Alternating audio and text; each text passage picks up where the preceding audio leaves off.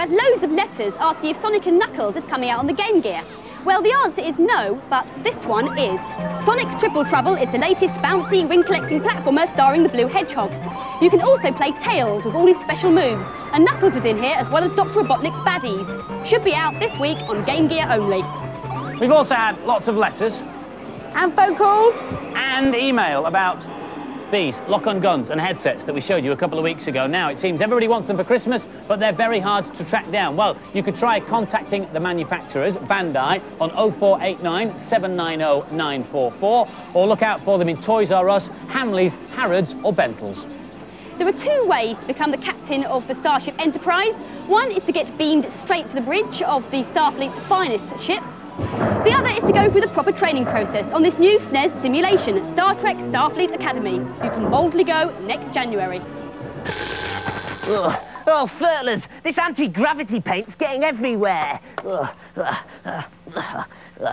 That's better. Right, here's a cheat for Jurassic Park on the Game Boy.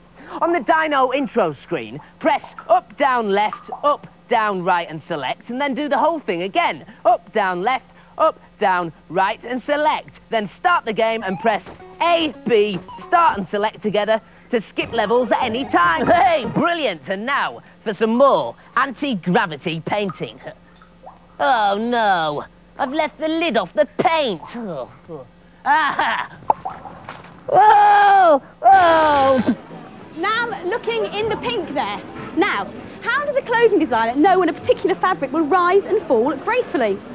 Well, this particular quality is called drapability, and in the past, they've traditionally had to just feel the fabrics to find out what's right. Like this one feels very fluid, and this is in fact a grade 1 fabric. But over here we have a grade 4 fabric. It's very stiff and really not drapable at all. It's pretty difficult, but now there's a new way of doing it on a computer. With the aid of this.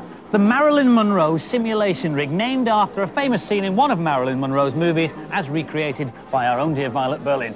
Inside, not Marilyn, I'm afraid, but a metal disc and a pole, and at the top of the box, a camera looking vertically down on that disc. Now, to test the drapability of a fabric, take a standard size sample and drape it over the disc, which represents Marilyn's waist, if you like.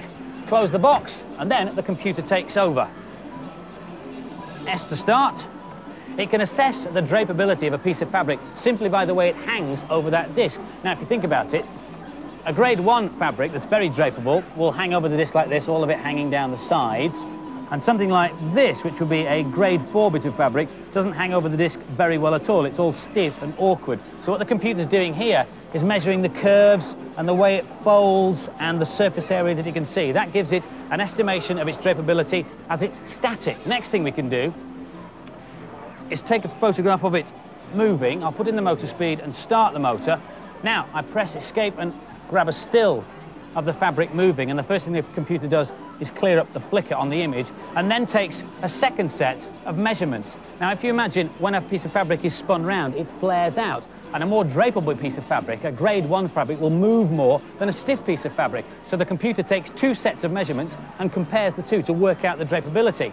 Easy to tell the difference between a grade 1 and a grade 4 fabric, but what about these two? Now, these are very similar. I tested them earlier on, and one's a grade 2 and one's a grade 3, but I can't for the life of me tell the difference. That's where the computer comes into its own. Just about finished taking the measurements now, so my fabric belongs to grade 2. Earlier, Violet was seen in a grade 1 dress. We now show you Violet modelling a grade 4 skirt. The Marilyn Monroe machine is only the first part of a research project at Bradford University, and this is the second stage. They've already been able to simulate how fabric falls and moves, and the eventual aim is to show how fabric will hang on a virtual model. Right, that's quite enough of this close show nonsense. Time for some more games reviews. The stars of What's Up Doc are now appearing on a console near you. Am I? No, not you, Andy. The real stars, the Animaniacs. Follow the Warner Brothers and Warner Sister as they make their wacky way around the studio backlots, pursued as ever by the security guard who wants to lock them up. And who can blame him? Here's Sally with the SNES version. I bet you can't play this without laughing. There's a real feeling of fun about the game, and the main characters are so cute. Once you pass the first bit, all the other levels are based on different film sets. This is the aquatic stage. I've left Wacko and Dot behind because there's not much room on the raft. I'm looking for a film script. because it's a very film-based game.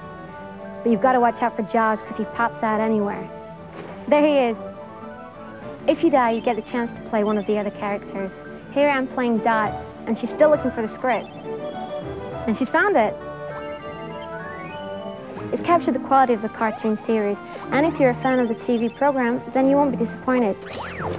This is good fun, but the puzzles just aren't challenging enough for my liking. This game is completely silly and excellent fun. It's exactly what you'd expect from the Animaniacs. Scores then. Animaniacs gets a completely mad. Am I wacky or what? 4 out of 5 from the girls and the boys. OK, you have to pick your dream basketball team. Who will you have? Shaquille O'Neal, possibly. Magic Johnson, certainly. But Buster Bunny? Buster and the rest of the Tiny Toons characters are now starring in their very own sports extravaganza on the Mega Drive, which also includes 10-pin bowling, an obstacle course, and this football game. Here's Angela. This is my kind of sports game. I wouldn't be bothered with a sports sim, but I found this really playable because of all the cartoon characters. All the characters have their special skills, like Dizzy Devil there spinning around. My favourite team is Dizzy Devil, Babs and Buster Bunny and Fifi Skunk. There she goes saving a goal. There's loads of humour in the game. The only drawback is that the characters are really hard to control because of all the action going on. This game's definitely got the fun factor. If you're into slapstick humour, then you'll love this. This is the height of sadness. If you want a sports game, get NBA Jam or FIFA Soccer. Don't waste your money on this.